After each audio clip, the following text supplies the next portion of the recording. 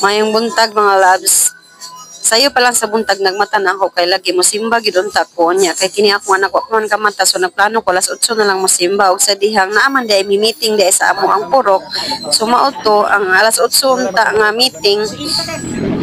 imbis kay mo simba ko so meeting na lang kay dili man pwede nga dito mo attend kay apil kay mo dawat og ayuda no so gikinahanglan jud nga mag-attend kay bago ba ka dawat og ayuda niya matud pa nila na po do ayuda mo sunod sana all unta no makadawat bitaw nag-attend sa mi og kining meeting diri sa mong purok kay abi pa lang kuan wa tay credential pero bitaw taga Maragos sa Davao de Oro ba gid kuno niya mo to nag-attend mi og meeting ug sa nahuman na pud ang meeting ni uli na lang pud diri sa tindahan kay lagi late na gid kay ko naka-open no pero importante nga nag-open gid gihapon ka sa tindahan no. Then pag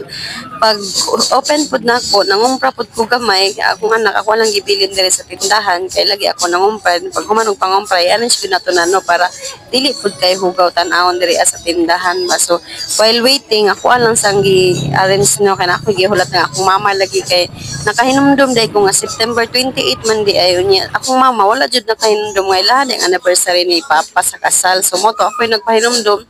so mo to text pud ko sa akong mga igsuon nagchat ko nga lagi ko an ganing anniversary mo dahil mama sumuoto nga matik po dayon no nagamot-amot mi nagkasabot nga ingon ana so ako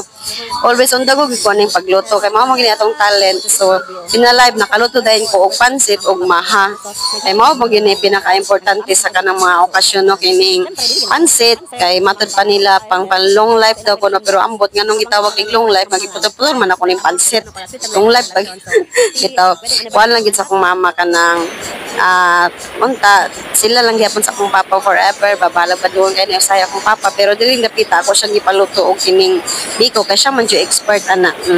siya jud ang pinakalami mo luto og biko din ako sunod-sunod ra gid ko no mao to pagkahuman pud dayon magluto pinalive ni uli sa gid ko sa tindahan kay lagi alas 2 pa mo kun human og luto kami ni papa ibalik ko sa tindahan kay among gisabutan nga alas 6 man hapon mi so mao to nga sayang po ang oras ba din pa to pagka alas 6 na po uli na po mi dayon diri pinalive sa balay kay lagi mga on then kamera man po hinuon sa akong mama akong papa akong manghod ug naay amigo sa ko ang manghod nga duha ug ako ang anak so simple ra gid kay ni nga celebration no ang importante nga gi-celebrate na to ang special nga okasyon para sa ako ang mama ug papa di ano din pagkahuman na pud gud na mo og pangaon diri